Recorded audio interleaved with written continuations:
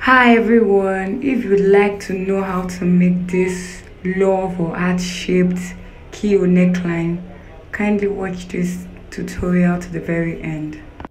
My name is Veronica Adams Eze. Welcome to Vera Adams YouTube channel. So right here I'm taking my shoulder to bust, shoulder to under bust, and shoulder to waist. Shoulder to bust is 10 inches, shoulder to under bust 14 inches, and shoulder to waist is 16 inches. So right now I'm going ahead to use my ruler to make a straight line. From the bust line, I'll be going up by 1.5 inches. I'll make a straight line there, and that will serve as my chest line. On the shoulder line, I'm going to go ahead to take the shoulder measurement, which is 15 inches divided by 2, that is 7.5. I'll mark it on the shoulder line and also on the chest line.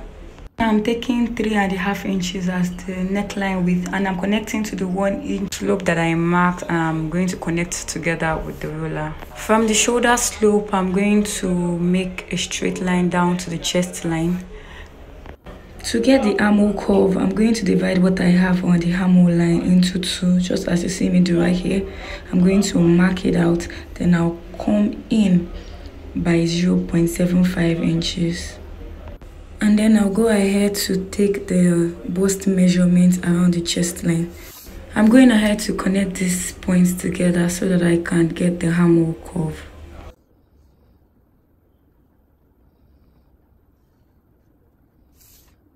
From the shoulder line, I'm going to go down by 7 inches and make a mark right there. Then I'll go ahead to make a straight line from that point. I'm going to name this line U. From the midpoint of this U line, I'm going in by 2 inches and I'm making a mark. From this point, I'm going to connect it to the bust point line with the curved part of my ruler, just as you see me doing. I eventually decided to use 2.5 inches instead of 2 inches that I marked earlier. I did this so that the curved shape will come out well. Going ahead to use the curved part of this ruler to get the shape that I want. In the course of making this video, I realized that this part is not so visible.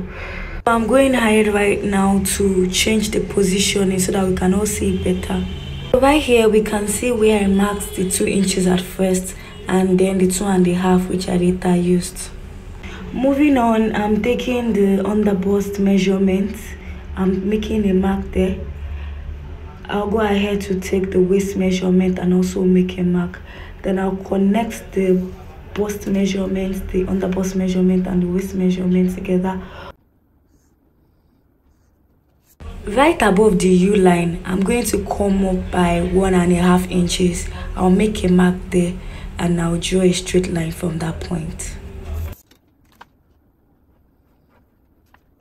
I'll go ahead to divide that 1.5 inches into 2. That will give me 0.75. I'll then go ahead to draw a straight line on that point as well. From that is 0.75 inches point, I'm going to go up by 0.25, just as you see me do right here. From this point, I'm going to go ahead and bring in my curved rule, and I'm using the very curved part of it to get the desired shape. Please take note of the way that I am positioning the curved rule.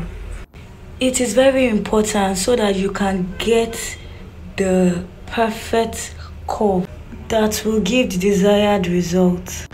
And at this point, I am certain that this curve that we have arrived at will give us the perfect result. I have gone ahead to use my marker pen to mark it out. So I eventually went down by another 0.25 inches from the initial 0.25 inches that I marked earlier, so that I can have something that is a bit more pointed than the first one. So right now it's time to start cutting. Watch closely as I do this. If you watched this video to this point, I want to say thank you for watching. And if this is your first time on this channel, please do well to subscribe. Click on the notification bell so that you get notified each time I post a new video.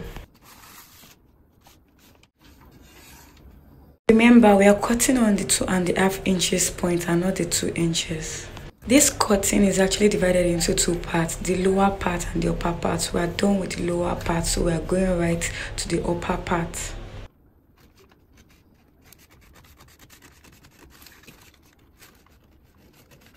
At this point, as I'm cutting, I realized I didn't make the mark for the neckline, so I'm going ahead to do that right now.